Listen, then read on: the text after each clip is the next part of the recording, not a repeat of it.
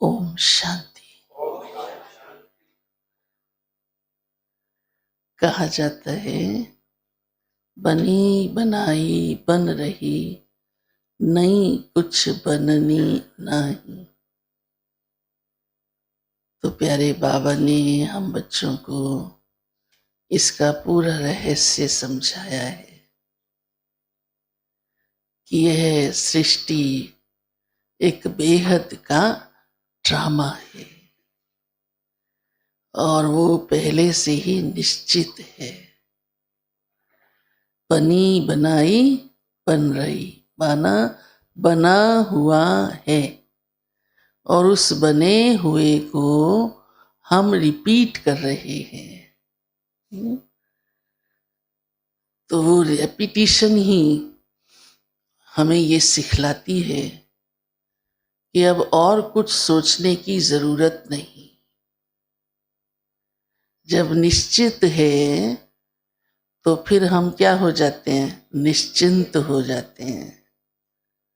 कोई भी दृश्य निश्चित होता है तो फिर उसकी चिंता नहीं होती।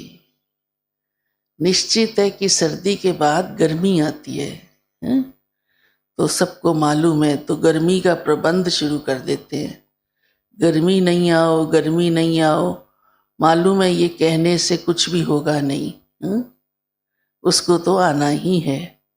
आप छत के नीचे आ जाओ, आप पेड़ के नीचे आ जाओ, आप पंखा लगा लो, हैं?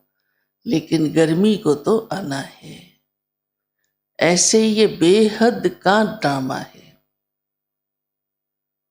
और बेहद की दृश्य चल रही है और उसमें हर एक को अपना पार्ट बजाना ही है। आप कितना भी कहो इसका पार्ट बदल दो, वो संभव नहीं। वो जब जैसा होना है वैसा ही होगा। हाँ?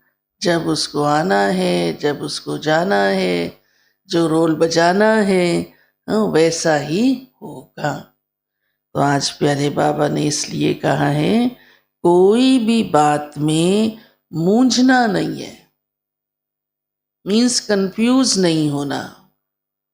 नहीं तो अक्सर ये मनुष्य की प्रवृत्ति होती है, उसे जो बात पसंद नहीं आती वो तुरंत कुछ और सोचना शुरू कर देता है या कंफ्यूज हो जाता है, मुझे क्या करना और क्या नहीं करना है।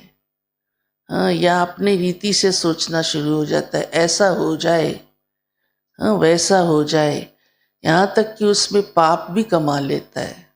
इतना कंफ्यूज, इतना हाँ दिमाग उल्टा चल पड़ता है, भूल जाता है कि ये दृश्य तो होना ही था। मैं अपनी कमाई, मैं अपना खाता कर्म का खराब क्यों करूं। बोल तक भी देते हैं ये मर जाए तो अच्छा है, पर खाता किसका खराब हुआ, और ही उसको तो उम्र लग जाएगी, अच्छी बात है, पर इसका ये मतलब नहीं हम ये बोलते रहे। और उसने तो सहन कर लिया ना, हमने अपना खाता खराब कर लिया। तो कोई भी दृश्य को देखकर, कोई भी आत्मा को देखकर, कोई भी किसी का रोल देखकर हमें कभी कंफ्यूज नहीं होना। उसे निश्चित समझकर, अब बाढ़ भी आ जाए मान लिया जाए और जहां आई है वो लोग सोचते रहे दूसरी जगह आ जाती, दिल्ली में आ जाती, जमुना वो ओवर हो जाती, हमें ही क्यों डुबोया। लेकिन नहीं, ड्रामा में उस घड़ी उसी स्थान का उन्हीं आत्माओं के साथ वो रोल फिक्स है। ऐसे हर बात के अंदर, हाँ?